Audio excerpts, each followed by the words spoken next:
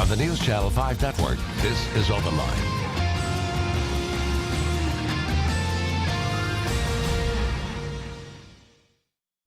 Hello everyone, welcome to OpenLine. Good topic tonight. We are talking about a very unique event that takes place every year. Certainly the holidays are a time filled with memories, but that can be very tough if your family has been touched by violent crime.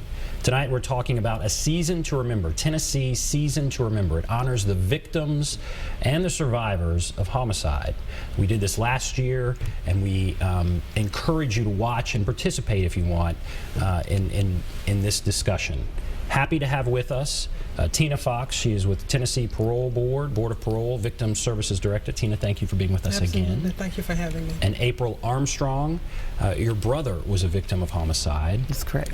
And you are going to be attending the ceremony. Yes. Tomorrow. Tomorrow night. And so happy to have you here. Thank you for being Thank here. you for having me.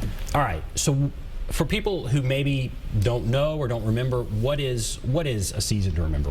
How would you describe it? Sure. So Tennessee Season to Remember is an event honoring victims, family members of homicide. This is our 14th year of having the event. And the event, the premise of the event is to restore hope for crime victims in Tennessee. And what happens? And it's open to the public, right? It is open to the public. So anybody can go. You said last year somebody saw this show and they decided to go. Absolutely. It's tomorrow night, and we'll put up more details about where and when, free parking, all of that. But so what takes place at this ceremony? The victim family members will have an opportunity to bring an ornament, or we will have ornaments available for them to hang on large wreaths in memory of their loved ones who were tragically taken away from them.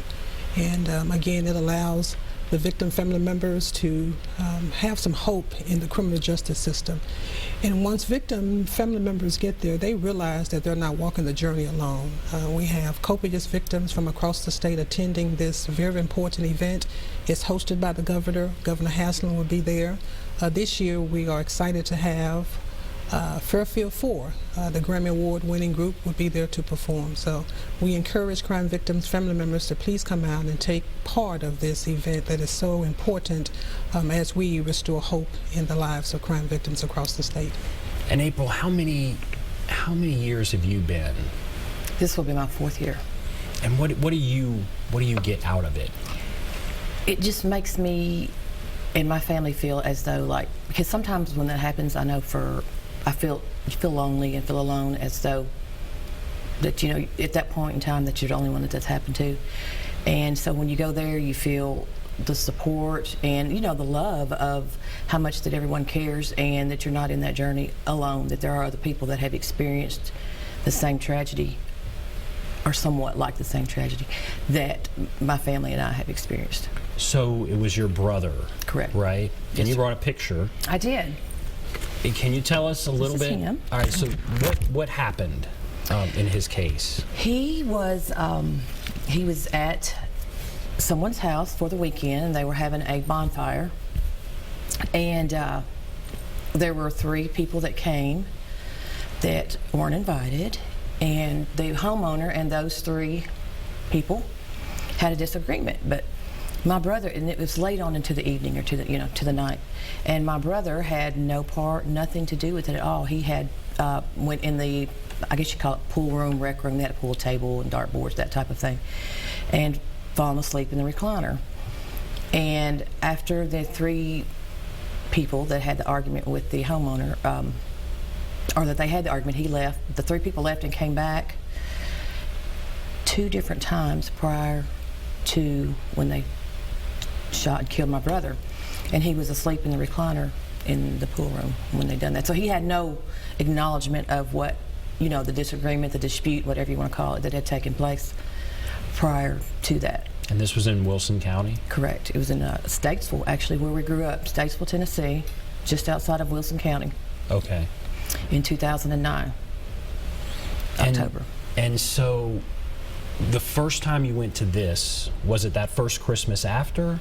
Or I guess you're in shock. Correct. I don't think I could have went the first, I'm just, you know, I went, it was probably because it's been 7 years, it's probably the 3rd or 4th year after his, passing, that we decided to go. And are you surprised how many other people are in your situation? I am, and I'll tell you this: my mother, her brother, and I was small. My brother was born in '71, and I was born in '68. Telling my age there. Maybe I shouldn't have done that. But anyway, my mother's brother was on leave from Vietnam, and he in Antioch, Tennessee. He was on leave from Vietnam for Christmas, and he was also shot and killed. Oh, and that wow. was he was the first fatality of 1972 New Year's.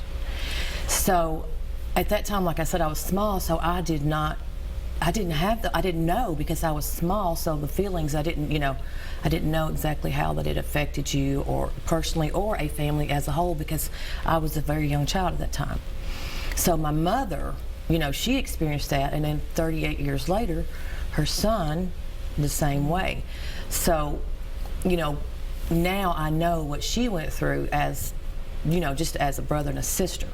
And I couldn't imagine a mother or father, because I know how hard it's been on myself and my family members. But so, yeah, I was completely shocked. I had no idea. I saw him on a Thursday, was the last day that I saw him. And I had no idea that the next time I seen him would be, Tuesday in a funeral home. No. None whatsoever. It was just a normal morning. I took my son to my dad, because my dad took him to school for me every morning. And just a normal morning, hey, he's sitting on the porch. He had his morning coffee every morning, sitting on the front porch there. And hey, he called me Sissy, hey Sissy, how you doing, And I'm always running late everywhere I go, so I was going, and so I'm always in and out, and he's like, why do you drive so fast? It was just a normal morning, nothing. Right. And, left, bye Cece, love you, and then he went for the weekend, like I said, to this person's house, and they had a bonfire, and I had no clue. I even thought, once we got the call, that I thought there'd been a mistake. This is not my brother, this can't happen, this just can't happen, because you think that it happens to everyone else and not you. You never in a million years dream that it's going to be knocking on your door. I didn't. And I don't think anyone does. I think it comes as a complete surprise, And we said at the top of the show, this is a time where there are a lot of memories, and it can be really tough. And so if there are other people out there that have gone through something like this, and maybe this is their first holiday season, what do you recommend for them? I recommend to, if they are able to go to Season to Remember, because I think that it's a wonderful, wonderful way an outlet and a way to get to know people, and that have experienced, like I said earlier on, that have experienced the same thing that you are experiencing, and it makes you not feel that you're traveling that journey alone. And it gives you a support system of type, to know that there are actually people out there that do care. And if they could, I tell you, going to that would be excellent. Well, you put it that way. I hadn't thought of that, but that is where a chance to meet other people. Yes. And so it's more than just about the one event. Correct. Really, because then you can connect, and I bet you need to talk to people. Yes, absolutely, because not everyone that experiences this, thank goodness, and so, and a lot of the time when you go to Season to Remember, you see the same faces each year, and then unfortunately there are new ones, because it's happens more often than we would like. But so yeah, it definitely is it's a wonderful, wonderful program and event that you guys put on, and me and my family do appreciate it very much. So I will continue to be a part of it. So all right, we're gonna put this up a lot, but as far as the information here, it's Thursday. It's tomorrow evening. So it's tomorrow night. Yes, sir. So here's the information. Thursday, December 1st, 5:30 at First Baptist Church on Broadway, right downtown. Yes. How many people do you expect to come? We are expecting about 400 to attend, and that includes our agency heads and their staff. And so we have sent out approximately 1,300 invitations statewide because of the number that we have received requesting and or just wanting to be there over the last 13 years. Do other states do this? Are you aware? I am not aware if other states are doing this. I do know that our state, Tennessee, is a model for so many other states when it comes to victim services. I serve on an Association of Paroling Authorities Crime Victims' Rights Committee. It is international, and they ask me from time to time different questions about our events and how we are able to implement these types of events. Well, we have to take a break. And then I want to come back. I want to ask you the experience you had, I guess, going through the legal system. And there were people that were convicted for the murder of your brother. Just your experience there. And you talk about victim services. You know, what can happen there? And of course, if you want to call in, there's the number, 615-737-PLUS, 615-737-7587. We'll take a break. Be back right after this.